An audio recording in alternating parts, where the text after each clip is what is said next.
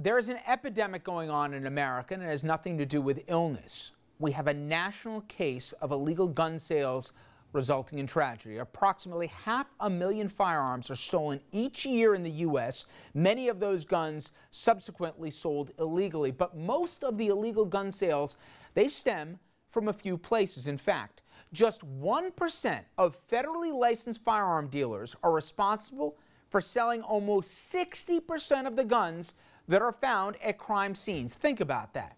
In certain states, they appear to be much more responsible as well. Almost half of the guns that crossed state lines and were then used in crimes were sold in just 10 states. One of them right here in our region, the state of Pennsylvania. Now, of these 10 states we're discussing alone, they were responsible for nearly 21,000 guns connected to crimes in other states in the year 2009, a year that most of these records were most recent. Now, these states, no surprise, they've got weak gun laws and also serve as main suppliers of illegal guns used in crimes in their own states. Now, with this in mind, we decided to focus on one aspect of illegal gun trafficking, how guns end up on the streets of our region. Now, this epidemic is not entirely new. Back a few years ago, the Jersey City Police Chief called on lawmakers to put more stringent gun laws in place after yet another one of his own was shot dead. I don't know how many times a big city chief has to stand here and say, we need help to stop these weapons from hitting the street. Somebody's got to wake up and smell the coffee and say enough is enough. We should stop being afraid of the NRA. But 2 years and many, many more gun deaths later, the same problem remains. This summer, the city of Newark has witnessed a marked spike in gun violence, a 40% surge by some estimates. Now, it's something we spoke to Newark's Mayor Cory Booker about just last night. He basically said his police force is outgunned. We see multiple high-capacity magazines. So that means with our cops carrying guns with 12 bullets in them, these guys are carrying weapons with 30-plus bullets available to them in one magazine and often have 2 and 3 magazines with them. This is outrageous that these kind of weapons and these high-capacity magazines are on our streets. We are fighting a serious battle out here, and we've got to do something about it. And if the solutions are within the neighborhoods, the solutions are also at the federal gun policies as well, about putting more resources and stopping criminals from getting hands on guns. And add to all that, cities like Newark cutting police forces in these tough economic times. So how do so many guns end up on the streets of, in this particular case, the state of New Jersey? Well, that's exactly what our own Kim Lengel set out to find out. Yeah, Kim? and Rich, we launched an investigation on this to that exact question. Given all the recent gun violence in cities like Newark and Jersey City, how do so many guns make their way on the streets of New Jersey when that state in particular has some of the toughest gun control laws in the country?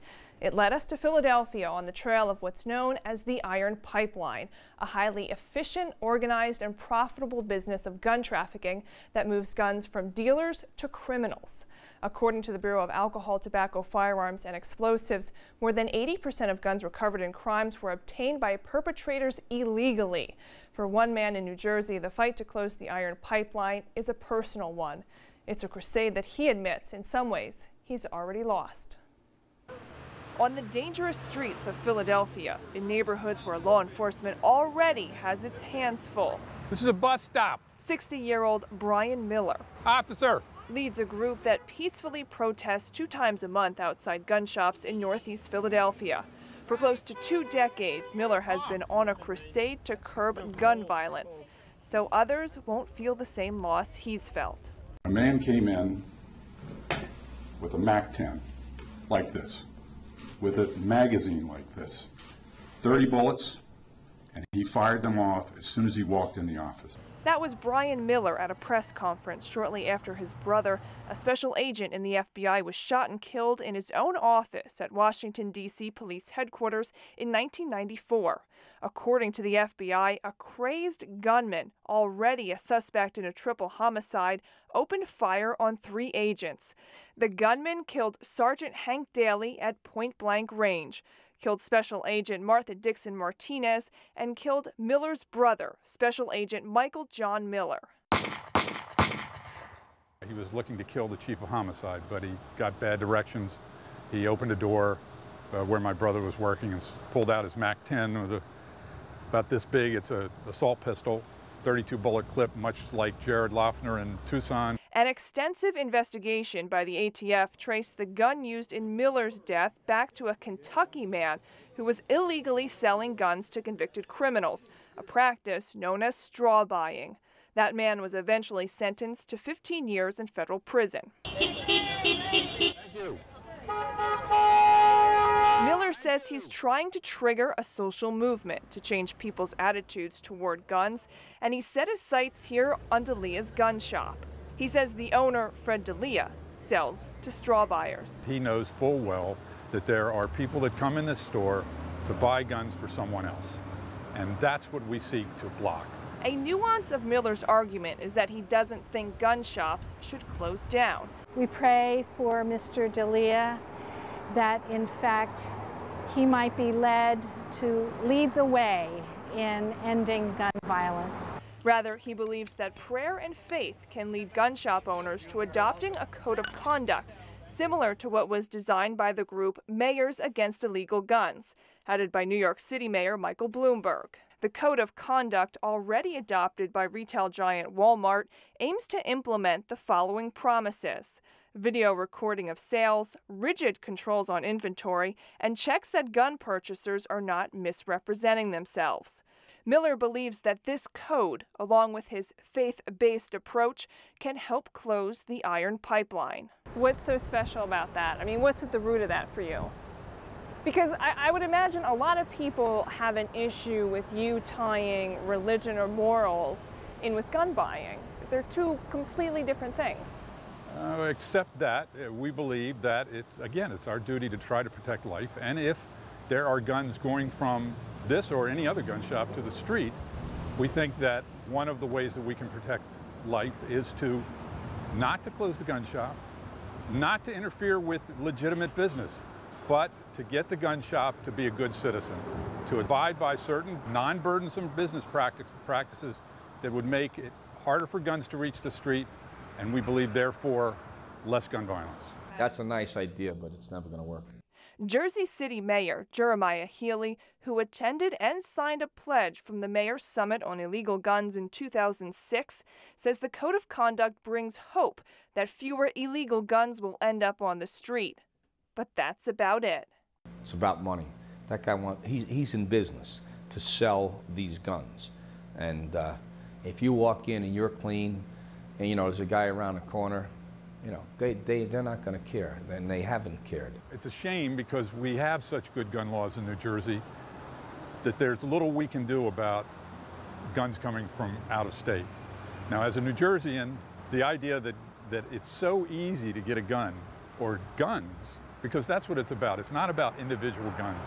It's about straw buyers buying multiple guns for traffickers, because traffickers are business people. One gun's not going to get them a profit. They have to buy and sell in bulk. It's an easy thing to do in Philadelphia, anywhere in the state of Pennsylvania, and just move the guns across to New Jersey. Now, tomorrow on our series, we're going to take a closer look at straw buyers. We're also going to show you what happened when we went into Fred D'Elia's gun shop and confronted him about some of those gun sales. Here's a sneak peek. How about a nice shotgun for your home? $285 out the door. You want me to run you? You can go to Pennsylvania, for instance, and then I'm the gangbanger in the car. I send him in. He buys the guns. We cross the Delaware River. We stop in Paterson, open the trunk, sell them illegally and criminally on the streets of Paterson. Do the same in Newark. Come to Jersey City, open the trunk again. If there's any left over, we can cross the Hudson River and continue the illegal and criminal enterprise. And I'm the person who's ultimately getting the guns, and he's the straw purchaser.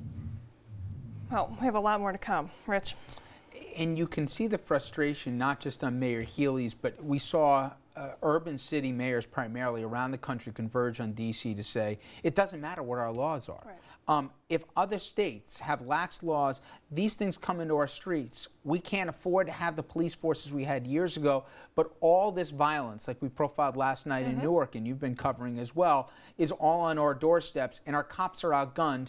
because guys are selling guns by the boatload here to anyone who walks in, no questions asked. That's exactly the issue. A guy walks in, he can pass the Insta-check in Pennsylvania, so he buys 5 guns, puts them in his trunk, drives across the river to Camden, Paterson, Jersey City, Newark.